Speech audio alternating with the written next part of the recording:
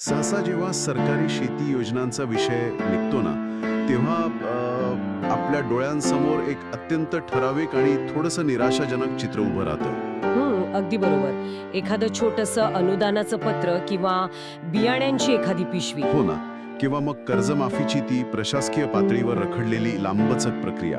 म्हणजे शेतीच्या मूळ आजारावर उपाय करण्याऐवजी हे केवळ मलमपट्टी केल्यासारखं वाटतं.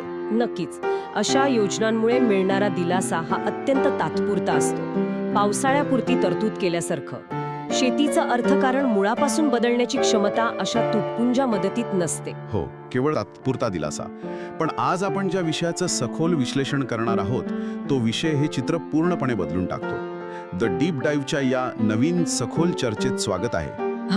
आजचा विषय खरोखरच खूप वेगळा आणि महत्वाचा आहे. अगदी. आज आपण महाराष्ट्र शासनाच्या मुख्यमंत्री ग्रामीण पशुधन उद्योक्ता योजना, जी राज्यस्तरावर राबवली जाते, तिच्या माहितीच्या अगदी मुळाशी जाणार आहोत. आणि उपलब्ध माहितीचा अभ्यास केल्यावर एक गोष्ट स्पष्ट होते की ही केवळ कागदावरची एक साधारण योजना नक्कीच नाही. ही खऱ्या अर्थाने एक अतिशय व्यापक आणि दूरदृष्टी असलेली संकल्पना आहे. तसं पाहिलं तर ग्रामीण अर्थव्यवस्थेचा कणा असलेल्या पशुपालनाला एका व्यावसायिक आणि संघटित उद्योगाचं स्वरूप देण्याचा हा एक शिस्तबद्ध प्रयत्न आहे. अगदी. चला तर मग याच्या मुळाशी जाऊया. ग्रामीण भागात केवळ निसर्गावर किंवा लहरी हवामानावर अवलंबून न राहता एक शाश्वत आणि भक्कम व्यवसाय कसा सुरू करता येईल, त्याचीच ही एक परिपूर्ण ब्लूप्रिंट आहे असं आपण म्हणू शकतो. एक्झॅक्टली. ती एक ब्लूप्रिंट आहे. आपल्याकडे उपलब्ध असलेल्या माहितीच्या आधारे आपण हे समजून घेणार आहोत की ही योजना विशेषतः अल्पभूधारक शेतकरी आणि महिला बचत गटांसाठी एक मोठी दिशादर्शक घटना कशी ठरू शकते. आणि यातली सर्वात लक्षवेधी बाब म्हणजे ही योजना केवळ लाभार्थ्यांच्या गळ्यात काही गायी किंवा म्हशी बांधून शासनाची जबाबदारी झटकत नाही. अच्छा. हो, शेतकऱ्यांचं उत्पन्न खऱ्या अर्थाने शाश्वत पद्धतीने कसं वाढेल आणि पारंपरिक दुग्ध व्यवसायाला एका आधुनिक उद्योगाचं स्वरूप कसं प्राप्त होईल याचा अत्यंत बारकाईने विचार यात केलेला दिसतो. आणि म्हणूनच आपण आज या माहितीचे विविध पैलू जोडून एक मोठं चित्र पाहणार आहोत. तर या सगळ्याचा नेमका अर्थ काय? चला थेट अनुदानाच्या स्वरूपापासून सुरुवात करूया. हा भाग खूपच रंजक आहे. हो ना. कारण जेव्हा मी या योजनेचे आकडे आणि तरतुदी वाचल्या तेव्हा मला खरोखरच नवल वाटलं. आपण इथे 5 दुधाळ गायी आणि 5 दुधाळ म्हशी खरेदी करण्याबद्दल बोलत आहोत. बरोबर. म्हणजे एकूण 10 जनावरांचा हा प्रकल्प आहे. हो. आणि यासाठी प्रत्येकी साधारण 1 लाख रुपये इतकं अनुदान दिलं जातं. म्हणजे 10 जनावरांसाठी मोठी रक्कम उभी राहते. पण गोष्ट इथेच थांबत नाही. इथे थांबून फक्त जनावरांचा विचार करणं चुकीचं ठरेल. कारण जनावरे ही केवळ पहिली पायरी आहे. तिथेच तर खरी मेख आहे. इथेच खरी रंजक आणि महत्वाची गोष्ट समोर येते. शासन फक्त जनावरे देत नाहीये. मग आणखी काय मिळतंय यात? या 10 जनावरांचा तब्बल 3 वर्षांचा विमा शासन स्वतः भरणार आहे. शिवाय या जनावरांना सुरक्षित आणि स्वच्छ वातावरणात राहण्यासाठी आधुनिक गोठा किंवा शेड बांधायला साधारण 3 लाख रुपयांपर्यंतची घसघशीत मदत दिली जात आहे. अरे वाह! 3 लाखांची मदत गोठ्यासाठी. हो. आणि याहूनही लक्षवेधी गोष्ट म्हणजे 3 किलोवॅट क्षमतेची सौर ऊर्जा यंत्रणा म्हणजे सोलर सिस्टीम बसवण्यासाठी सुमारे 2,75,000 रुपये दिले जात आहेत. बापरे, हे तर खूपच मोठं पॅकेज झालं. जर आपण या एकूण प्रकल्प खर्चावर मिळणाऱ्या अनुदानाची बेरीज केली, तर ती तब्बल 11,35,180 रुपयांपर्यंत जाते. 11-11.5 लाखांचा आकडा खूप काही सांगून जातो. कारण दुग्ध व्यवसायात येणारा सर्वात मोठा अडथळा कोणता असेल तर तो म्हणजे सुरुवातीला लागणारा मोठा भांडवली खर्च. सामान्य शेतकऱ्याकडे किंवा एखाद्या महिला बचत गटाकडे काम करण्याची प्रचंड इच्छाशक्ती असते. त्यांच्याकडे स्वतःची थोडीफार जमीनही असते. पण सुरुवातीलाच लागणारे हे 10-12 लाख रुपये त्यांच्याकडे कधीच नसतात. हे म्हणजे एखाद्या स्टार्टअप किट सारखंच वाटतं. किंवा ज्याला आपण बिझनेस इन अ बॉक्स म्हणतो तसं. अगदी तसंच आहे. म्हणजे शासन केवळ उत्पादनाचं साधन म्हणजे जनावरे देत नाहीये, तर ती जनावरे सांभाळण्यासाठी लागणारी पायाभूत सुविधा आणि विजेचा प्रश्न सोडवण्यासाठी चक्क सौर ऊर्जाही एकाच प्रस्तावात देत आहे. हा एक अतिशय अचूक दृष्टिकोन आहे. हा केवळ एका गोठ्याचा खर्च नाही तर एका स्वयंपूर्ण उत्पादन केंद्राची उभारणी आहे. पण इथे माझ्या मनात एक अत्यंत व्यावहारिक प्रश्न येतो. कोणता? इतका मोठा खर्च जर शासन करत असेल तर हे अनुदान नक्की कोणाच्या पदरात पडणार? सर्वसामान्य आणि गरजू शेतकऱ्याला याचा खरा फायदा कसा मिळेल? तुमचा मुद्दा बरोबर आहे. कारण अनेकदा अशा मोठ्या आणि कोट्यावधींच्या योजनांचे फायदे गावातील प्रस्थापित आणि आर्थिकदृष्ट्या आधीच सक्षम असलेले लोकच घेऊन जातात, असा एक सार्वत्रिक समज आहे. हा अतिशय महत्वाचा आणि रास्त प्रश्न आहे आणि या योजनेच्या मार्गदर्शक सूचनांमध्ये याचं उत्तर अतिशय स्पष्टपणे दिलेलं आढळतं. हे अनुदान सरसकट सर्वांसाठी समान नाही. अच्छा, म्हणजे हा टप्पे आहेत. हो, सर्वसाधारण प्रवर्गाच्या शेतकऱ्यांना एकूण प्रकल्प खर्चाच्या 50% इतकं अनुदान मिळेल. पण जर लाभार्थी अनुसूचित जाती, अनुसूचित जमाती किंवा इतर मागास प्रवर्गातील असेल तर हे अनुदान थेट 75% जातं. 75%? बापरे, म्हणजे साधारण 8.5 लाख रुपयांपर्यंतची थेट आर्थिक मदत. हो, पण तरीही 1 मिनिट उरलेले 25% म्हणजे साधारण 2.5-3 लाख रुपये या मागास प्रवर्गातील शेतकऱ्यांनी कुठून आणायचे, हा प्रश्न उरतोच ना. आणि इथेच या योजनेचं खरं आर्थिक गणित दडलेलं आहे. जेव्हा शासनाकडून अधिकृतपणे 75% अनुदानाची हमी मिळते आणि त्या अनुदानातून उभा राहणारा गोठा, सौर ऊर्जा यंत्रणा आणि विमा असलेली उच्च दर्जाची जनावरे बँकेला दिसतात, तेव्हा बँका अत्यंत सहजपणे उर्वरित 25% रकमेचं कर्ज द्यायला तयार होतात. अरे वा, म्हणजे शासनाची हमी असल्याने बँकेची जोखीम कमी होते. एक्झॅक्टली. बँकेची जोखीम इथे शासनाच्या भक्कम पाठिंब्यामुळे जवळजवळ शून्यावर आलेली असते. जो आर्थिक अडथळा आणि बँकेचे उंबरठे झिजवण्याची नामुष्की या वर्गाला वर्षानुवर्ष मागे खेचत होती, ती या रचनेमुळे दूर होते.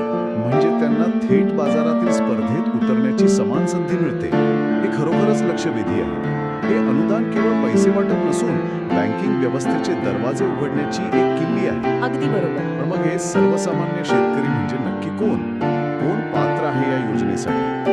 कारण आपण मगाशी म्हणालो की गावातील केवळ मोठे आणि प्रस्थापित लोक याचा फायदा घेऊ नयेत. म्हणूनच या योजनेत जमिनीची अट अत्यंत कळीची ठरते. ही योजना प्रामुख्याने अत्यल्प भूधारक आणि अल्प भूधारक शेतकऱ्यांसाठीच मर्यादित ठेवली आहे. म्हणजे ज्यांच्याकडे खूप कमी जमीन आहे त्यांच्यासाठी. हो, अत्यल्प भूधारक म्हणजे ज्यांच्याकडे सुमारे 1 हेक्टरपर्यंत जमीन आहे आणि अल्प भूधारक म्हणजे 1 ते 2 हेक्टरपर्यंत जमीन असणारे शेतकरी. अच्छा, म्हणजे ज्यांच्याकडे 50 किंवा 100 एकर बागायती जमीन आहे अशा बड्या बागायतदारांसाठी ही योजना मुळीच नाहीये. बिलकुल नाही. उलट यात किमान 1 एकर स्वतःची जमीन असणं आवश्यक आहे. पण समजा एखाद्याकडे स्वतःची जमीन नसेल तर? त्यासाठी पण पर्याय आहे. ज्यांच्याकडे स्वतःची जमीन नाही त्यांच्यासाठी किमान 5 वर्षांचा नोंदणीकृत भाडेपट्टा, ज्याला आपण कायदेशीर भाडे करार म्हणतो, अशी जमीन असणंही ग्राह्य धरलं जातं.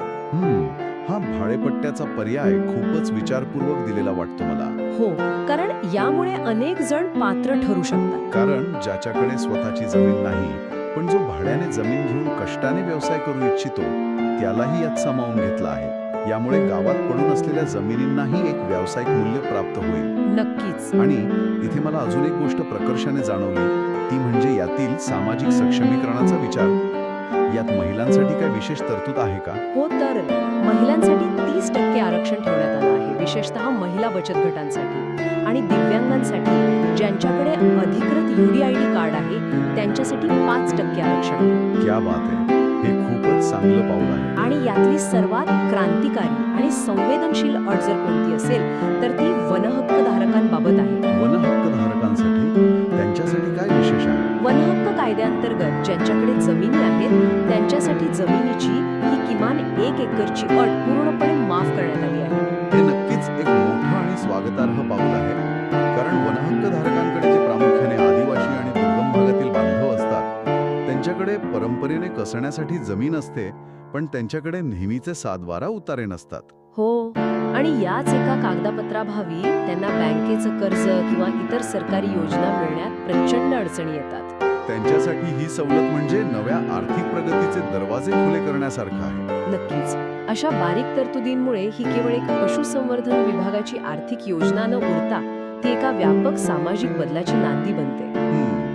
हे सर्व कागदावर खूप आदर्श वाटतं, पण काय? इथे मला थोडं प्रॅक्टिकल होऊन एक अत्यंत महत्वाची शंका उपस्थित करावीशी वाटते. समजा एखाद्याकडे 1 एकर जमीन आहे आणि तो पात्रही आहे, त्याला 50% किंवा 75% अनुदानही मंजूर झालं. बरं. पण त्याने आयुष्यात कधीच एकाच वेळी 10 दुधाळ जनावरे सांभाळली नसतील तर? 5 गायी आणि 5 म्हशी म्हणजे 10 जनावरांचा भला मोठा गोठा सांभाळणं हे काही साधं काम नाहीये. हो, ते नक्कीच आव्हानात्मक आहे. त्यांचे आजारपण, दररोजचा शेकडो किलो चारा, The new solar दोन वेळचं shed दूध is काढणं, amazing. शेण काढणं, एवढ्या मोठ्या प्रकल्पाचं व्यवस्थापन करणं हे नोख्या माणसासाठी अशक्यप्राय आहे. This scheme, हा the new प्रकल्प solar पहिल्याच shed, वर्षात is अपयशी amazing. ठरणार नाही कशावरून? Now our हा cows एक have the अतिशय best रास्त technology. आणि कळीचा मुद्दा And we आहे. have clean आणि energy. जर आपण या माहितीचं सखोल विश्लेषण केलं तर शासनालाही या धोक्याची पूर्ण कल्पना असल्याचे दिसून येतं. अच्छा, म्हणजे त्यांनी याचा आधीच विचार केलाय? हो, केवळ पैसा वाटला, जनावरे दिली आणि काम संपलं असं इथे झालेले नाही.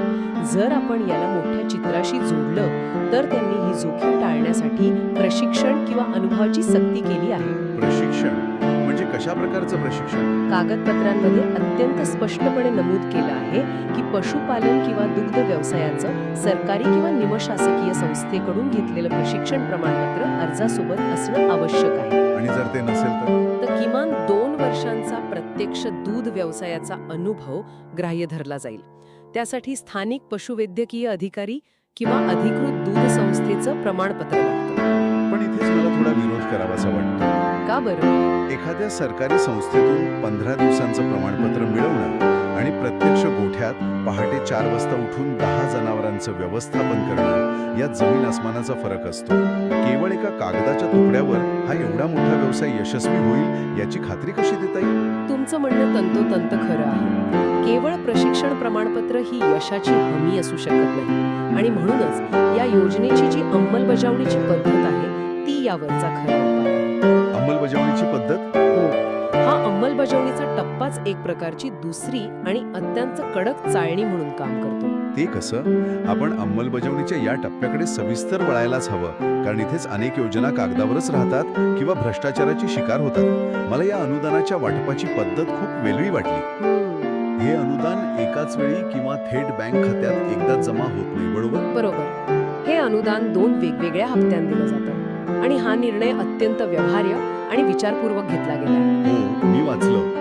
पहिला हप्ता हा एकूण अनुदानाच्या 50% मर्यादेत मिळतो, पण तो कधी मिळतो? जेव्हा लाभार्थी गोठ्याचं म्हणजे शेडचं बांधकाम पूर्ण करतो आणि आवश्यक ती साधन सामग्री प्रत्यक्ष खरेदी करतो. ही साधन सामग्री म्हणजे काय? तर चारा कापण्याचं मोठं यंत्र ज्याला आपण कटर म्हणतो, जनावरांना चारा खाण्यासाठी लागणारे आधुनिक फीडर, दूध काढण्याचं मशीन आणि सगळ्यात महत्त्वाचं म्हणजे ती 3 किलोवॅटची सौर ऊर्जा यंत्रणा. अगदी बरोबर. आणि दुसरा हप्ता? दुसरा The new हप्ता हा solar उरलेल्या shed 50% is amazing. असतो जो प्रत्यक्ष our cows दुधाळ have गाई the best आणि म्हशी technology. खरेदी केल्यानंतरच मिळतो. And we हा have दुहेरी clean टप्पा energy. मला खूपच कल्पक वाटला. म्हणजे हे गाड्या विकत घेण्यापूर्वी स्वतःचं गॅरेज तयार करण्यासारखं आहे. हा, अगदी चपखल उपमा दिलीत तुम्ही.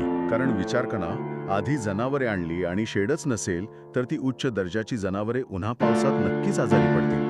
आणि मगाशी मी जो मुद्दा उपस्थित केला होता की 10 जनावरे सांभाळणं अवघड आहे, त्यावरचं उत्तर या साधन सामग्री दडलेलं दिसतं. कसं काय? हाताने 10 जनावरांचं दूध काढणं म्हणजे तासनतास मोडणारं काम. पण दूध काढण्याचं मशीन असेल तर तेच काम काही मिनिटात आणि अधिक स्वच्छतेने होते. आणि म्हणूनच ती सौर ऊर्जा यंत्रणा केवळ एक दिखावा नसून या संपूर्ण प्रकल्पाचा प्राण आहे. The new solar shed ग्रामीण is भागात amazing. आजही अनेक Now ठिकाणी our 8 cows ते have 10 the best तासांचं लोड technology. शेडिंग असतं. कधी And 20 we have दिवसा असते clean तर कधी energy. रात्री. अशा अनिश्चिततेच्या वेळी दूध काढण्याचं मशीन किंवा चारा कापण्याचं यंत्र चालवण्यासाठी सोलर सिस्टीम असणं ही चैन नसून एक अत्यावश्यक गरज आहे. नक्कीच. या एका अटीमुळे हा गोठा खऱ्या अर्थाने स्वयंपूर्ण solar आणि shed कोणत्याही is व्यत्ययाविना amazing. चालणारा उद्योग बनतो. शिवाय दूध थंड ठेवण्यासाठी भविष्यात कूलर लावायचा असेल This तरी scheme- हीच वीज उपयोगी पडते. हे पूर्णपणे पटण्यासारखं आहे, पण इथे मला एका अटीवर खूप मोठं आश्चर्य वाटलं. कोणती अट? आणि प्रामाणिकपणे सांगायचं तर ती खूपच अव्यवहार्य वाटली मला. पात्र लाभार्थी यादीत नाव आल्यानंतर म्हणजेच मंजुरी मिळाल्यावर केवळ 1 महिन्याच्या आत शेड बांधकाम आणि साधन सामुग्री खरेदी करणं बंधनकारक आहे.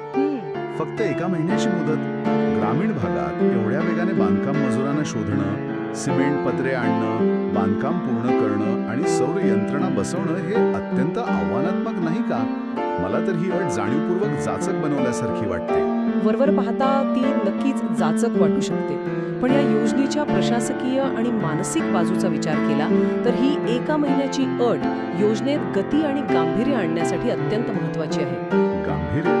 पण 1 महिन्यात गोठा उभा करणं म्हणजे धावपळ उडेल ना. हीच तर खरी मेख आहे. अनेकदा सरकारी योजनांमध्ये लोक फक्त आपलं नाव नोंदवून ठेवतात आणि मंजुरी आल्यावर मग जागेचा शोध घेणं, पैसे गोळा करणं अशी कामं सुरू करतात. हे तर होतं नेहमी. यात महिने आणि वर्ष उलटून जातात. त्यामुळे जे खरे गरजू आणि तत्पर लोक आहेत ते प्रतीक्षा यादीत अडकून पडतात. ही एका महिन्याची अट म्हणजे केवळ वेळकाढूपणा करणाऱ्यांवर घातलेला लगाम आहे. अच्छा, जर दिलेल्या वेळेत काम झालं नाही तर लाभार्थ्याचं नाव थेट वेटिंग लिस्टमध्ये मागे ढकललं जातं. म्हणजे शासनाला हे अपेक्षित आहे की अर्जदाराने आधीच सगळी तयारी करून ठेवली पाहिजे. हे म्हणजे पावसाळ्याची वाट न पाहता आधीच शेताची मशागत आणि नांगरणी करून ठेवण्यासारखं आहे. अगदी. म्हणूनच अर्जदारांना सतत हाच सल्ला दिला जातो की आपले 7/12 उतारे, भाडेपट्टा, प्रशिक्षण प्रमाणपत्र आधीच तयार ठेवा. एवढंच नाही तर शेडचं अंदाजपत्रक, जागेची निश्चिती, चारा व्यवस्थापन आणि पाण्याची सोय यांचं संपूर्ण प्लॅनिंग अर्ज करण्यापूर्वीच झालेलं असलं पाहिजे. कारण अधिकारी कोणत्याही क्षणी प्रत्यक्ष तपासणीसाठी येऊ शकतात. अरे वा, म्हणजे सगळं आधीच रेडी पाहिजे. तुम्ही मगाशी विचारलं होतं ना की कागदावरचं प्रमाणपत्र म्हणजे अनुभव कसा? हो, विचारलं होतं. त्याचं उत्तर हेच आहे. जो माणूस एका महिन्यात हे सर्व नियोजन आणि बांधकाम पूर्ण करू शकतो तोच 10 उच्च दर्जाच्या जनावरांचं व्यवस्थापन खऱ्या अर्थाने सक्षम असतो. हीच ती दुसरी चाळणी. हा मुद्दा अत्यंत पटण्यासारखा आहे. ही अट म्हणजे व्यवस्थापन कौशल्याची खरी परीक्षाच आहे. आता आपण प्रत्यक्ष मशिनरी म्हणजे जनावरांच्या निवडीबद्दल बोलूया. नक्कीच. कोणती जनावरे या योजनेत दिली जाणार आहेत? कारण संपूर्ण दुग्ध व्यवसायाचं अर्थशास्त्र शेवटी या जनावरांच्या गुणवत्तेवर आणि दूध देण्याच्या क्षमतेवर अवलंबून असतं. शासनाने यासाठी अतिशय स्पष्ट आणि वैज्ञानिक निकष ठेवले आहेत. जर संकरित गायींचा विचार केला तर जर्सी आणि होल्स्टीन फ्रिजियन, ज्याला आपण HF म्हणतो, या गायींना प्राधान्य दिले आहे. या गायींचं दूध उत्पादन किती असतं? या गायी साधारणपणे दररोज 10 ते 12 लिटर किंवा त्याहून अधिक दूध देतात. आणि ज्यांना संकरित गायीऐवजी देशी गायी पाळायच्या आहेत त्यांच्यासाठी काही पर्याय आहे का? हो तर. त्यांच्यासाठी गीर, साहिवाल, रेड सिंधी, राठी, थारपारकर अशा उत्तम दुग्ध प्रजातींच्या देशी गायींचा पर्याय उपलब्ध करून देण्यात आला आहे. आणि म्हशींबद्दल काय? स्थानिक आणि सुधारित जातीच्या म्हशी ज्या साधारण 5 ते 10 लिटर दूध प्रतिदिन देतात त्यांचंही वाटप यात केलं जाणार आहे. इथे आणखी एक अत्यंत तांत्रिक आणि बारीक अट मला दिसली. जनावरे शक्यतो 2ऱ्या किंवा 3ऱ्या वेतातील असावीत आणि ती व्यायल्यानंतर 1-2 महिन्यांची असावीत. एवढी अत्यंत सूक्ष्म आणि विशिष्ट अट का घातली असावी? हा पशुवैद्यकीय आणि आर्थिक दृष्टिकोनातून अतिशय महत्वाचा मुद्दा आहे. तो कसा? पहिल्या वेतातील गायीचं किंवा म्हशीचं दूध उत्पादन नक्की किती असेल याचा अचूक अंदाज बांधता येत नाही. त्यात जोखीम असते. आणि 4थ्या-5व्या वेतानंतर जनावरांची दूध देण्याची क्षमता नैसर्गिकरित्या कमी होऊ लागते. या उलट 2रं आणि 3रं वेत हे कोणत्याही जनावराच्या दूध उत्पादनाचा सुवर्ण काळ मानला जातो. या काळात जनावरे त्यांच्या सर्वोच्च क्षमतेने दूध देतात. हे तर वैज्ञानिक कारण झालं. पण व्यायानंतर 1-2 महिनेच का? अगदी नुकतीच व्यायलेली गाय का नाही? कारण एकदम नवीन जन्मेलेल्या वासराला जगवण्याची जोखीम सुरुवातीच्या काही आठवड्यात सर्वाधिक असते. तसेच जनावराला नवीन वातावरणाशी जुळवून घ्यायला वेळ लागतो. अच्छा, म्हणजे 1-2 महिन्यानंतर ही नवजात वासराची जोखीम टळलेली असते. अगदी बरोबर. आणि सर्वात महत्त्वाचं म्हणजे शेतकरी किंवा बचत गटाच्या गोठ्यात जनावर आल्या आल्या पहिल्याच दिवसापासून जास्तीत जास्त दूध मिळायला सुरुवात होते. म्हणजे त्यांचं दैनंदिन नगदी उत्पन्न किंवा खेळतं भांडवल लगेच सुरू होतं. त्यांना परताव्यासाठी वाट पाहावी लागत नाही. एक्झॅक्टली. हे अत्यंत तर्कशुद्ध आहे. राज्यकर्त्यांनी आणि प्रशासकीय अधिकाऱ्यांनी खरोखरच एका व्यावसायिकाच्या नजरेतून या मॉडेलची रचना केलेली दिसते. हो, त्यात काही शंका नाही. पण एक सांगा, समजा एखाद्या शेतकऱ्याला वाटलं की मला खूपच महागडी आणि एखाद्या प्रदर्शनात बक्षीस मिळवलेली उच्च दर्जाची गाय घ्यायची आहे, जिची किंमत शासनाने ठरवलेल्या दरापेक्षा खूप जास्त आहे, तर मग काय? या योजनेत तशी मुभा आहे का? हो, शासनाने याचीही पूर्ण मुभा दिली आहे. लाभार्थी स्वतःच्या पसंतीच्या बाजारातून, पशुमेळ्यातून किंवा अगदी इतर राज्यातूनही दुधाळ जनावरे खरेदी करू शकतो. मग पैशांचं काय? फक्त अट एवढीच आहे की शासनाने ठरवून दिलेल्या कमाल मर्यादेपेक्षा जनावराची किंमत जास्त असल्यास तो वाढीव किंवा फरकाचा पैसा लाभार्थ्याला स्वतःच्या खिशातून भरावा लागेल. शासन आपल्या अनुदानाच्या आणि नियमांच्या मर्यादेतच राहील. हे अगदी रास्त आहे. तर या सगळ्या चर्चेचा अन्वयार्थ काय निघतो? आपण आतापर्यंत पाहिलं की मुख्यमंत्री ग्रामीण पशुधन उद्योक्ता योजना ही केवळ अनुदानाचा एक तुकडा नाहीये. नाही, मुळीच नाही. अत्यल्पभूधारक शेतकरी, महिला बचत गट आणि मागास प्रवर्गासाठी हे एक संपूर्ण व्यावसायिक मॉडेल किंवा एक भक्कम व्यवस्था उभी करण्याचं काम आहे. अगदी अचूक. उत्तम दर्जाची सबसिडी, बँकेचं पाठबळ, शेड आणि सौर ऊर्जेसारखी कायमस्वरूपी पायाभूत सुविधा, उच्च उत्पादकतेची जनावरे आणि त्यासोबत योग्य प्रशिक्षण हा एक संपूर्ण दुग्ध व्यवसाय आहे जो एका परिपूर्ण नियोजनाने खेड्यापाड्यात उभा केला जात आहे.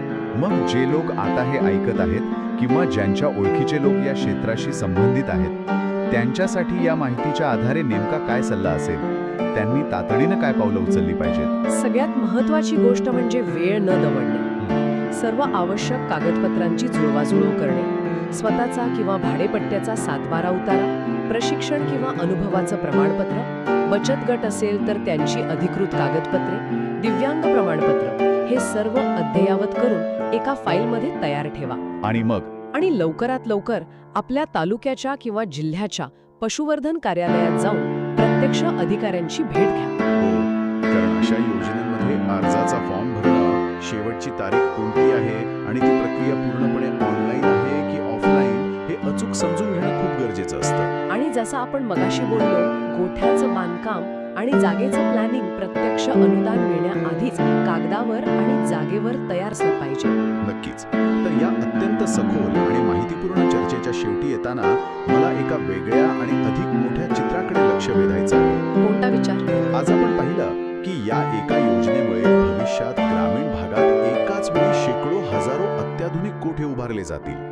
तिथे विजेसाठी सौर ऊर्जा यंत्रणा असतील, दूध काढण्यासाठी आधुनिक मशीन्स असतील आणि उच्च प्रतीच्या गाई म्हशी असतील. याचाच अर्थ अनेक छोटे छोटे पण अत्यंत व्यावसायिक दुग्ध प्रकल्प खेड्यापाड्यात उभे राहतील. बरोबर.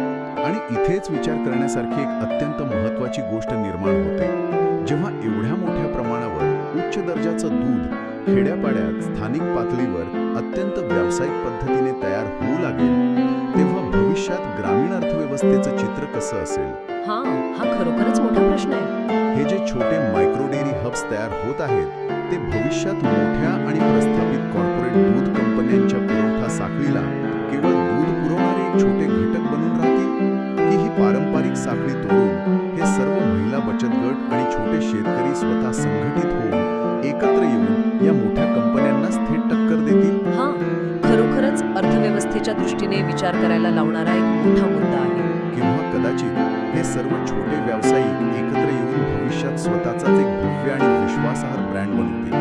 आज ज्याला आपण केवळ एक सरकारी सबसिडीची योजना म्हणत आहोत, ती कदाचित उद्याच्या एका मोठ्या आणि आधुनिक श्वेतक्रांतीची सुरुवात असू शकते. नक्कीच.